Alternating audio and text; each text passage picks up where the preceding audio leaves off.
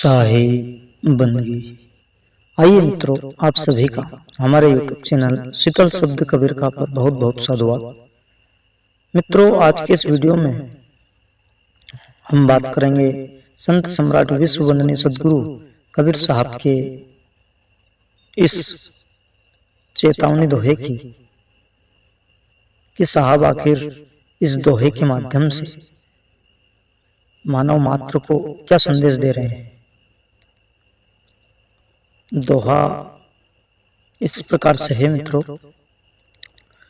शब्द संभाल के बोलिए, शब्द के हाथ ना पाओ, एक शब्द औषधि करे, एक शब्द दे छार। शब्द संभाल के बोलिए, शब्द के हाथ ना पाओ, एक शब्द औषधि करे, एक शब्द दे घाव। मित्रों, जिस प्रकार से हम यदि हमारे हाथों से पत्थर फेंक रहे हैं, मान लो सामने कुछ भी नहीं, हम ऐसे ही पत्थर मार रहे हैं और अचानक से सामने कोई बालक दौड़ता हुआ आ जाए या अन्य कोई और जीव आ जाए और हमारे पत्थर की रफ्तार थोड़ी ज्यादा है और निशाना एकदम सटीक है, हमने निशाना नहीं लगाया, हम ऐसे ही पत्थर मार रहे हैं और सामने कोई बालक आ गया या कोई भी व्यक्ति आ गया, कोई जीव कोई भी आ गया, तो मित्रों उस पत्थर को हम रोक नहीं सकते हैं। उस बालक को, उस व्यक्ति को, जो कोई भी सामने आ रहा है, उससे उस पत्थर की चोट लगेगी ही लगेगी। हम उस पत्थर को रोक नहीं सकते हैं, केवल हमें उसे फेंकना था, हम फेंक सकते हैं उसे, किंतु रास्ते में रोक नहीं सकते हैं। उसी प्रकार से मित्रों, हमने उदाहरण के तौर पर समझाया है कि जिस प्रकार से मित्रों हाथ से छूटा पत्थर वापस नहीं हो सकता है, बाण से निकला तीर वापस नहीं हो सकता है, बंदूक से निकली गोली वापस नहीं हो सकती है, तो मित्रों मुख से निकली बोली भी वापस नहीं हो सकती। हमारे मुख से निकला एक एक वाक्य, एक एक शब्द अनमोल है, वह वापस नहीं होगा मित्रों। इसलिए जब भी कभी आप बोले, किसी से भी बोले, घर परिवार में, गांव शहर, आप जहां भी रहते हो,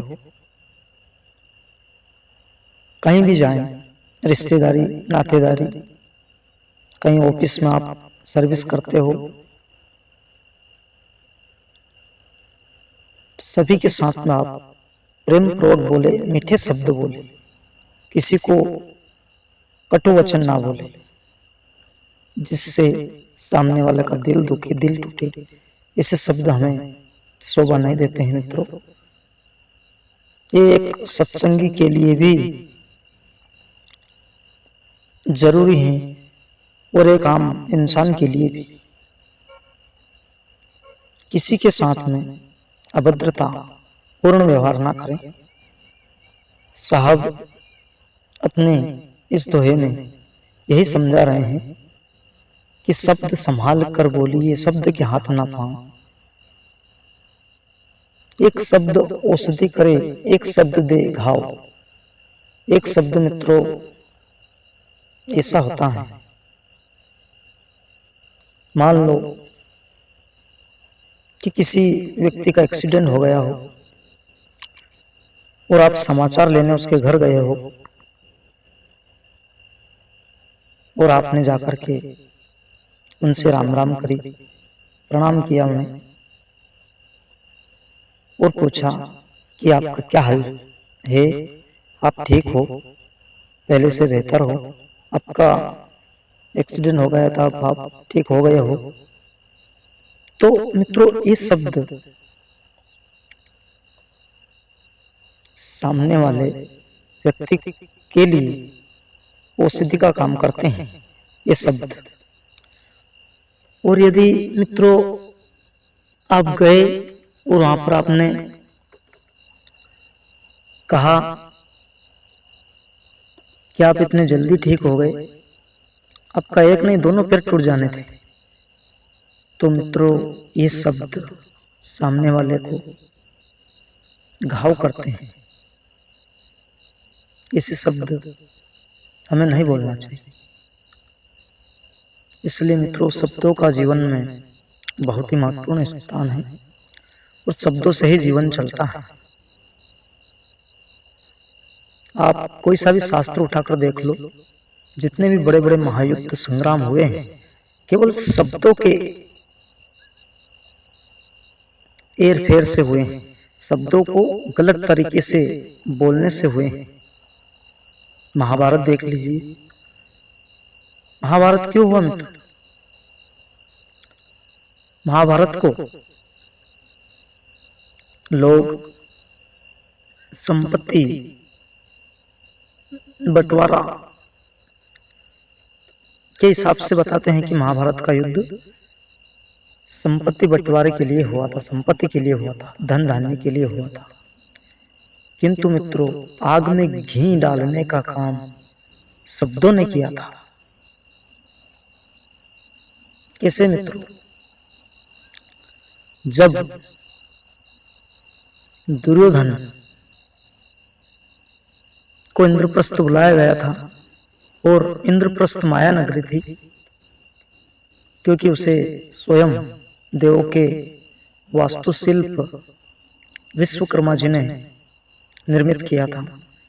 उस कारण से दुर्योधन वहां का जो माहौल था उससे अनभिज्ञ था, अपरिचित था। और वहां जहां पर जल देखता था वहां पर भूमि थी मित्रों, और जहां भूमि थी मित्रों वहां जल था। तो चलते समय वह भ्रम में पड़ गया, वह जल में गिर गया। उस वक्त द्रौपदी ने कटु शब्द कह दिए कि अंधे की औलाद अंधी। बस यही शब्द दुर्योधन के हृदय के आर पार हो गए, और इन्हीं शब्दों के कारण चिरहरण हुआ, और उस चिरहरण के कारण से महाभारत युद्ध हुआ मित्रों। तो मित्रों, शब्दों का इतना बड़ा मूल्य है, शब्द अनमोल है। कुछ कटु शब्द के कारण से मित्रों लाखों जीवों की बलि दी गई इस महायुद्ध में। इस महायुद्ध में अनगिनत, कोई गिनती ही नहीं कि कितने जीव बलि चढ़ गए।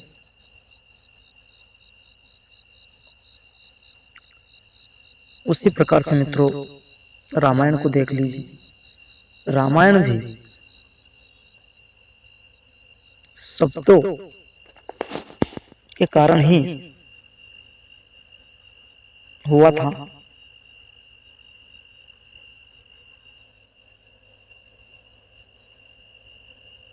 किसका राज तिलक होना था और किसे वन में जाना था, यह सब विधि निहित था पहले से ही। किंतु इसमें दासी मंत्रा को गलत ठहराया गया कि दासी मंत्रा ने राम को वनवास दे दिया और भरत के लिए राज्य की मांग की। किंतु यह सब विधि निहित था पहले से ही, क्योंकि रावण ने तीनों लोकों में हाहाकार मचा रखा हुआ था, और उन्हीं कारणों से राम का अवतार हुआ। मंत्रा तो केवल शब्दों की कठपुतली थी, कुछ शब्द शब्द बोली वो, उस कारण से केकई को भी ठीक लगा कि दासी मंत्रा सही कह रही है, और उन्होंने राजा दशरथ से जो अपने 2 वचन धरोहर के रूप में रखे थे वो मांग लिए। एक ने राम जी को 14 वर्ष का वनवास और दूसरा भरत का राज्याभिषेक हो। तो ये सब मित्रों शब्दों का ही खेल है और शब्दों के कारण से ही प्राचीन काल में देखे जितने भी युद्ध हुए हैं सभी शब्दों के कारण है। यदि एक शब्द ऊंचा हो और दूसरी ओर से शब्द नीचा रहे या निकले ही ना, तो मित्रों विनाश का कोई कारण ही नहीं, युद्ध का कोई कारण नहीं, युद्ध होगा ही नहीं। हम आज के इस वर्तमान युग में भी देखें तो मित्रों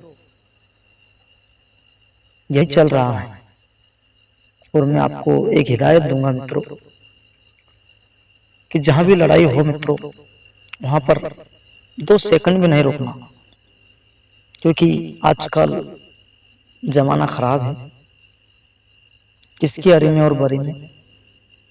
इसलिए हमें इसी जगह पर नहीं जाना जहां कला कलेश हो, लड़ाई झगड़ा हो। और यदि कोई ऊंचे शब्द में हमें कुछ कड़वी बातें बोल भी दे मित्रों, तो उनसे हमें फर्क नहीं पड़ना चाहिए, क्योंकि हमें एक साधक को, एक साधु को कटुवाणियों से फर्क नहीं पड़ता है मित्रों। किंतु हमें शब्द संभाल कर बोलना चाहिए, क्योंकि साहब अपनी वाणी में कह रहे हैं कि शब्द संभाल कर बोलिए, शब्द के हाथ ना पाऊं, एक शब्द औषधि करे, एक शब्द दे घाव। तो हमें किसी को घाव नहीं देना है। हमारे लिए जीव चराचर, जगत चराचर सब उस परम पिता परमात्मा सदगुरु साहिब कबीर साहिब के ही जीव है, सब उन्हीं की संतान है।